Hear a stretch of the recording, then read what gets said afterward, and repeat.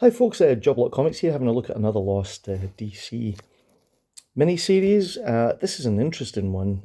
Judd Winnick and Pharrell Dalrymple um, doing their thing on this really strange miniseries suggested for mature readers, and it's from 2004. It's called Caper. It was 12 issues and it's a kind of period drama. I know nothing about this at all. I mean, like nothing at all.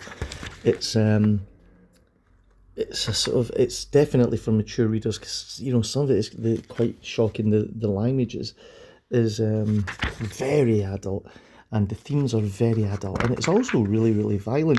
Do you know what it puts me in mind of? Do you know that TV program that I've never watched called Peaky Blinders?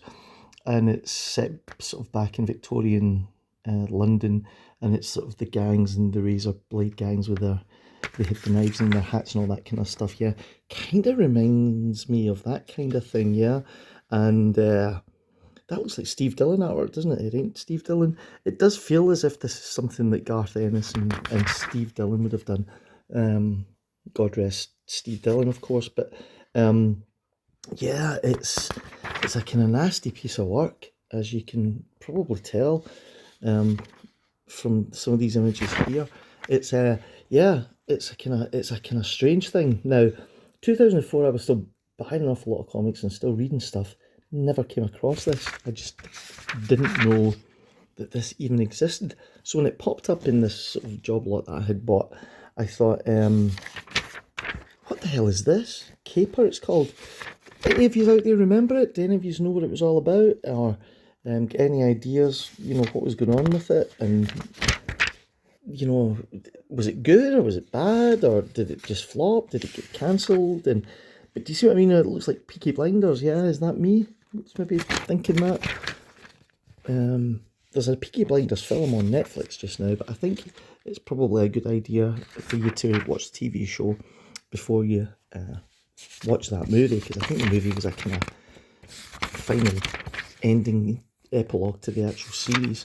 But yeah, there you go. Caper. I ain't got no idea what this is. Looking at it just now,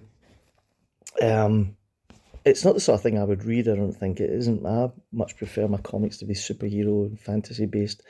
But if we look here at the sort of DC in focus, which is a kind of camera attraction things, you can see here, Steve Gerber was doing Hard Time, and it's part of a new Focus imprint or something. And again, it sounds like a mature reader's thing. You've got Plastic Man #1 here as well. Robin's still going strong. There's Rose and Thorn #1, and Superman was at number 200. Yeah.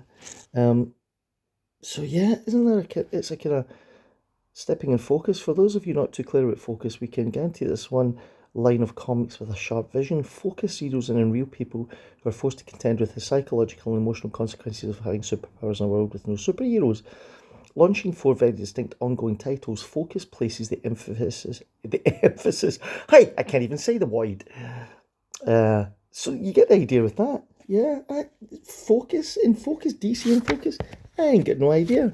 So yeah, I don't know what this is about or who it was for. But if you know anything, yeah, drop it in the comments. Let me know. Is there a trade paperback of this? Was it a collected edition? Was there an omnibus?